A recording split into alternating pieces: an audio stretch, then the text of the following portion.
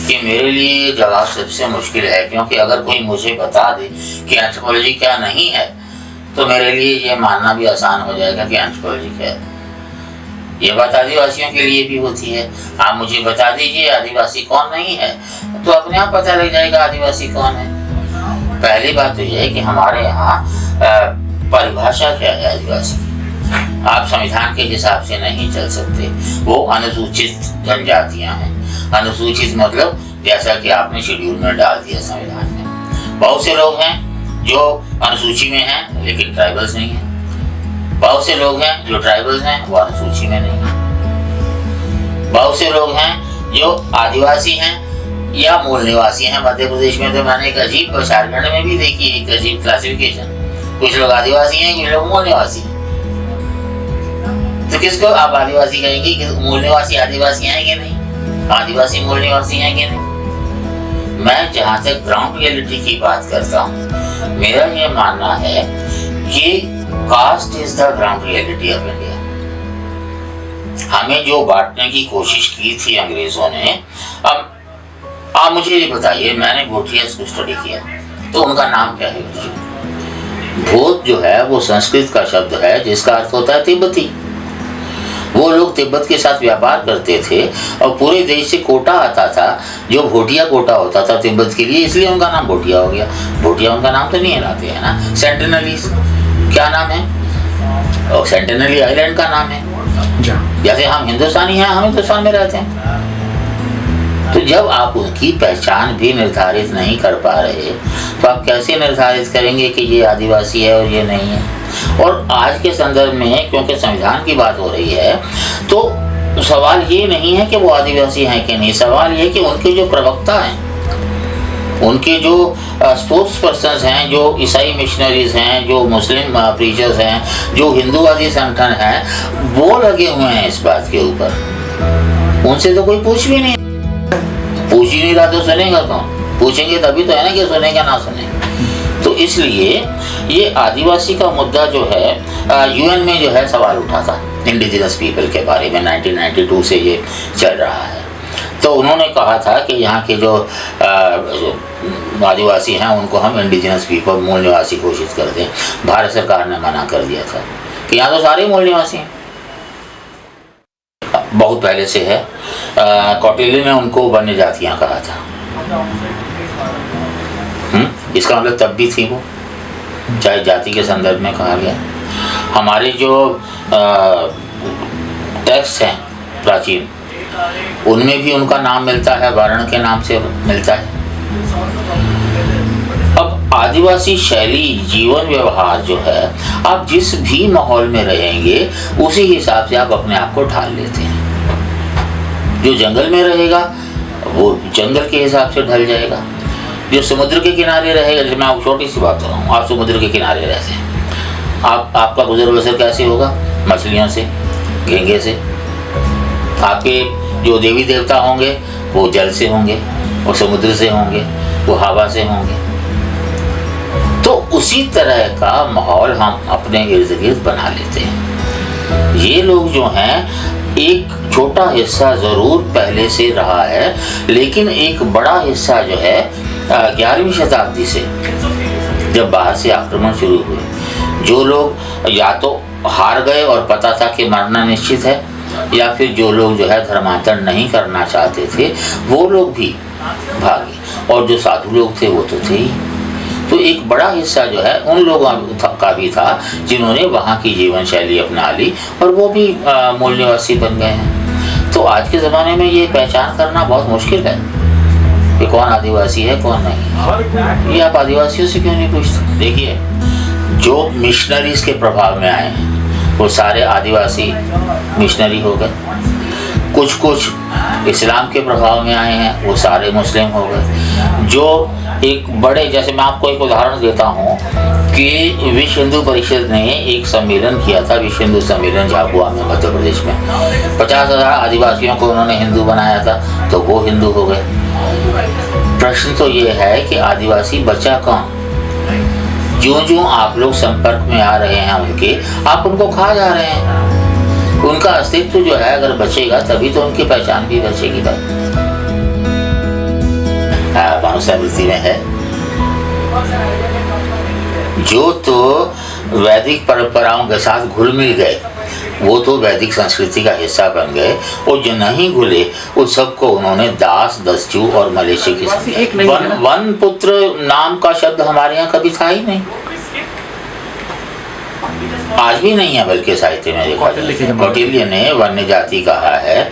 लेकिन एक खराब बात भी कही है उन्होंने, एक अच्छी बात की है कि ये वन्य जातियाँ जो है ये चप्पे चप्पे की जानकारी होती है अपने माहौल की, इनको फ्लोरा एंड फाना वगैरह सब कुछ, लेकिन ज़्यादा समय तक उन पे भरोसा नहीं किया जा सकता।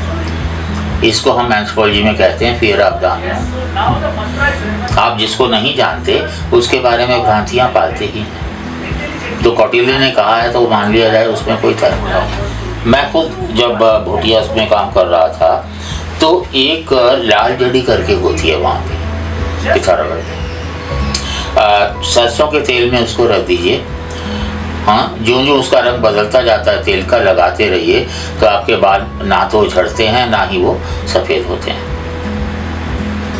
मैं यहाँ के जो जिनको आप आदिवासी नहीं मानते, एसीज में रखा गया है, दिल्ली के सांसी मजनू का टीला में रहते हैं, शायद 80 के आसपास की बात है। वहाँ मैं जो है एक इथरो मेडिसिन के एंगल से एक दाई थी उनकी, और वो लोग जो हैं कोई भी कंट्रासेप्टिव यूज़ नहीं करते। प्रेगनेंसी को रोकने के लिए वो महिला जो है गुलाब के 4 पत्ते सिर्फ खिलाती थी सिर्फ महिलाओं को। मैंने बहुत जोर लगा लिया, बहुत लालच भी दिया, धमकाया भी कि बता दो मेरे को, लाखों का भला हो जाएगा, लेकिन उसने बताया नहीं।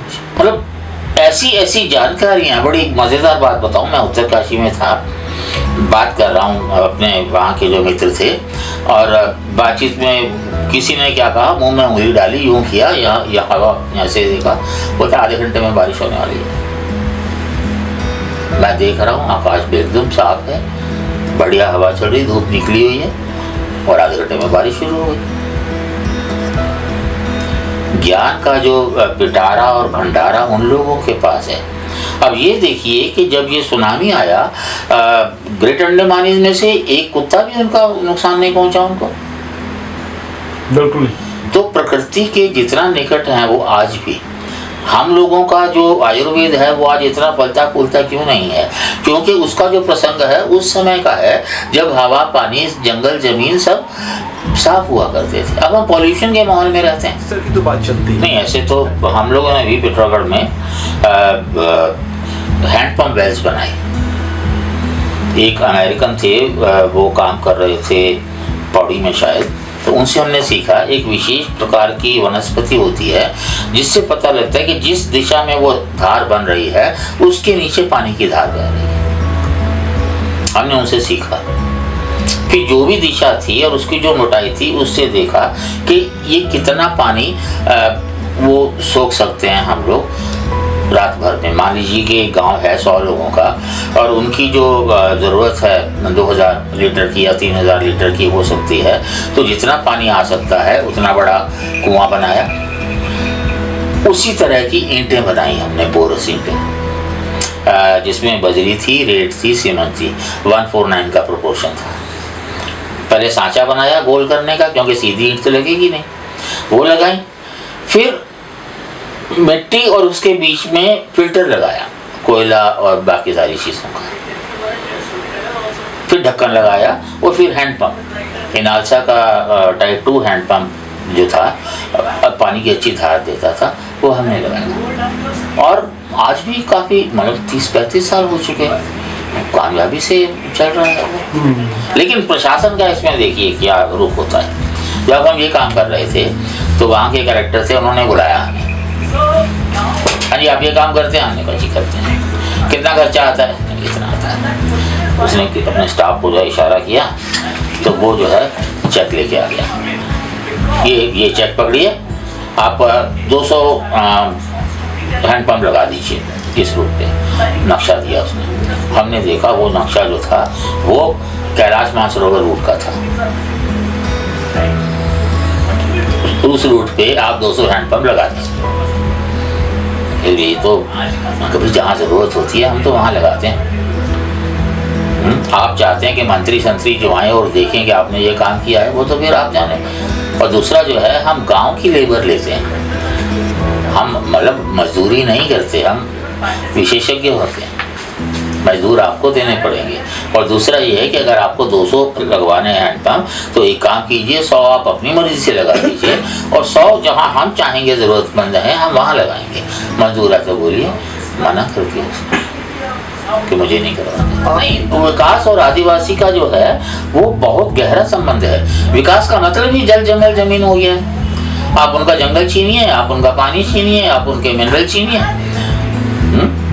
कभी नहीं रहा। और देखिए ऐसा है, हम लोगों की समस्या क्या है कि हम जिस चीज़ के विषय में जनता को कंफ्यूज करना चाहते हैं उसके बारे में चर्चा करना शुरू कर देते हैं और कंट्रास्टिंग व्यूज़ के साथ चर्चा शुरू कर देते हैं। एक ही ग्रुप के लोग जो हैं दो तरह का भ्रम बना देते हैं, और कोई उधर चलता है, कोई उधर चलता है। इसी बीच में कोई तीसरा जो है विचारधारा वाला, वो अपना व्यू खड़ा कर देता है। आदिवासियों के बारे में क्या है, हाँ? आप मान लीजिए ठीक है वो आदिवासी नहीं है, अब ये तो देखिए उनकी ज़रूरतें क्या हैं, समाज के सदस्य हैं, उनको क्या चाहिए। अगर आप मानते हैं कि उनको मुख्य धारा में लाना है, तो भी आपको क्या करना है। मुख्य धारा तो एक भ्रम है जो कहीं नजर नहीं आती। हमारे यहाँ तो वैसे भी समाज इतने टुकड़ों में बटा है कि मुख्य धारा अगर आप कहें अर्बन एलीट है तो भी गलत है, अगर आप कहें वो रूरल एलीट है तो भी गलत है, अगर आप कहें कि वो सबाल्टन हैं वो भी गलत है। तो मुख्य धारा तो एक भ्रम है जो हमें सोशल साइंसेज में एक मिलता है। देखिए सिर्फ ब्रिटिश की ही बात नहीं है, ये बात उससे पहले भी आप मान के चलिए 1100 साल से जहांगीर के टाइम पे एक नहर बनाई गई थी। मेरा ख्याल है कि एक ही बड़ी नहर बनाई गई थी पूरे मुगलों के काल में, वो भी हिंदुस्तान में नहीं बनाई गई थी, हिंदुस्तान से पानी ले जाने के लिए बनाई गई थी।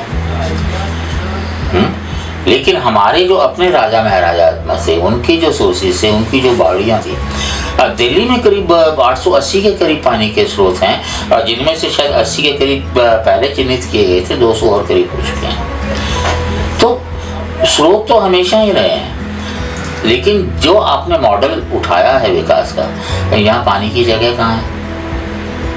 आपका पानी सारा समुद्र में चला जाता है, 80% जो है पानी ज़मीन के नीचे चला गया है, और जिनके पास पानी है उनको आप जिंदा नहीं रहने देंगे, क्योंकि वो पानी आपकी इंडस्ट्रीज़ के लिए बहुत ज़रूरी है। उनके जंगल आप नहीं रहने देंगे, क्योंकि वो लकड़ी आपके विकास के लिए बहुत ज़रूरी है।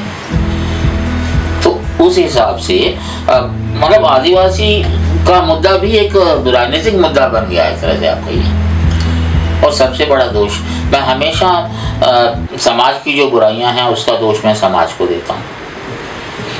कारण क्या है कि सिविल सोसाइटी जब तक जागेगी नहीं, जब तक उठेगी नहीं, तब तक कोई मुद्दा नहीं बनेगा। आप सरकार के भरोसे नहीं चल सकते लोकतंत्र में।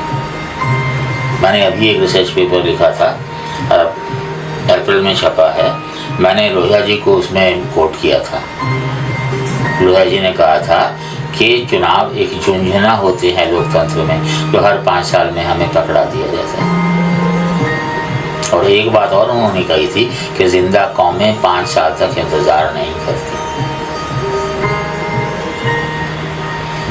यहाँ का जो सिविल सोसाइटी है वो ये सोच के बैठ जाती है चलो अगली बार चुनाव में कुछ करेंगे। अगली बार जो है चुनाव जीतने के मास्टर हैं वो दिशा ही बदल देते हैं, ऑब्जेक्टिव ही बदल देते हैं, प्रायोरिटीज बदल देते हैं, और उसी में जो है पूरी भीड़ बह जाती है। मनुस्मृति में है,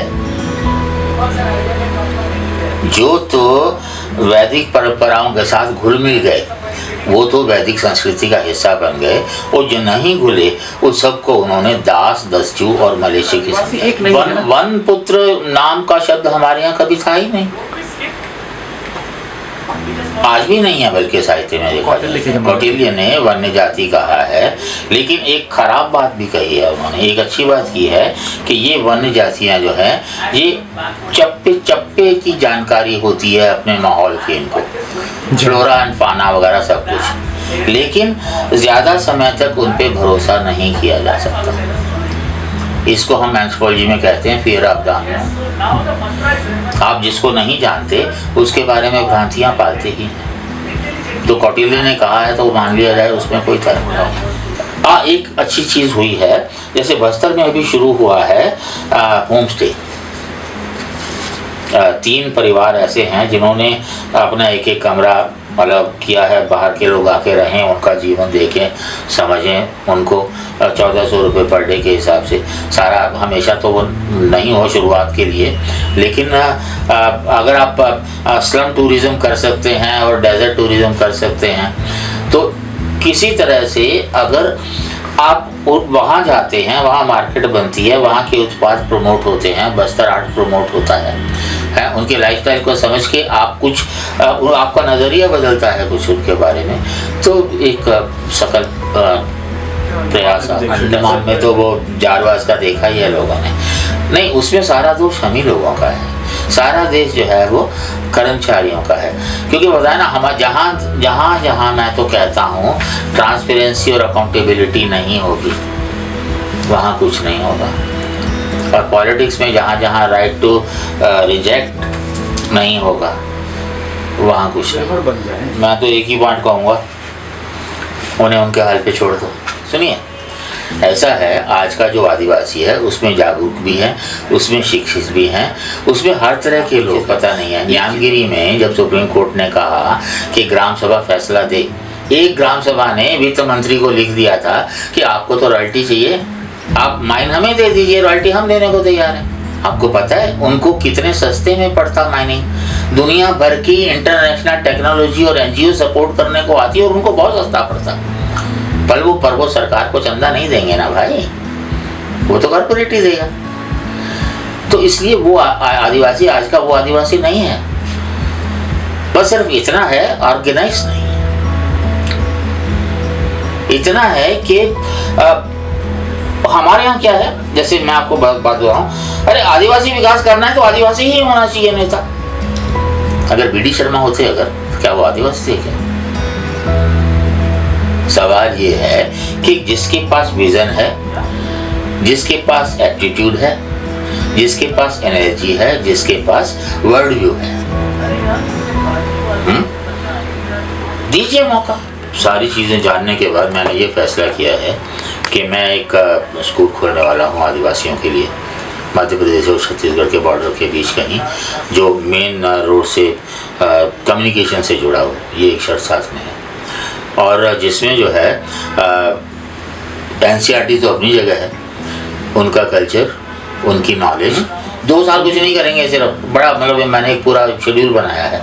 और अगर कोई बच्चा मेरे से कोचिंग लेना चाहता है तो आए, कोचिंग तो अपनी जगह है, साथ में 2 घंटे उनके पढ़ाने में भी होते हैं, ये भी मैं साथ में जोड़ने वाला हूँ। तो पर्सनैलिटी डेवलपमेंट, बच्चों में प्रश्न करने का स्वभाव विकसित करना, ये मेरा वो है। मतलब प्रश्न ये नहीं, बंदे में जिज्ञासा भी हो, ज्ञान भी हो, तभी प्रश्न कर पाए वो। उस तरह से मेरा मानना ये है कि फिर वो अपने आप सवाल करेंगे, हाँ भाई मैं हूँ, मेरा है, अब मेरा आदिवासी क्या, मेरा देश मेरा है, ठीक है, प्राथमिकता मेरी इसकी भी। वो वैज्ञानिक भी बनेगा, वो कलाकार भी बनेगा, वो राजनीतिज्ञ भी बनेगा, वो सिविल सर्वेंट भी बनेगा। शर्त एक रहेगी कि हम ये सोचे, प्रयास रहेगा कि वो अपनी जड़ों से जुड़ा रहे। आज का जो भी आईएएस होता है, एक बार आईएएस बनने के बाद दिल्ली में आता है तो वहाँ जाता ही नहीं है, क्योंकि उसको उसकी संस्कृति पर गर्व करना ऐसा सिखाया ही नहीं जाता, हीन भावना पैदा की जाती है। एक तरह से ट्राइबल एलिट कह लीजिए, स्यूडो ट्राइबल्स भी कह सकते हैं उनको आप। तो वही कह रहा हूँ ना कि अब मान लीजिए कि वहाँ की जो परंपराएं हैं, बिरसा है या चोटी मुंडा है, या इन लोगों की जो दुनिया भर के आदिवासी हमारे नेता हैं जिन्होंने योगदान दिया स्वाधीनता संघर्ष में, नाम तक नहीं जानते लोग, वही लोग नहीं जानते ना। जबकि हमारी लोक संस्कृति में आज भी बहुत से ऐसे नायक जीवित हैं।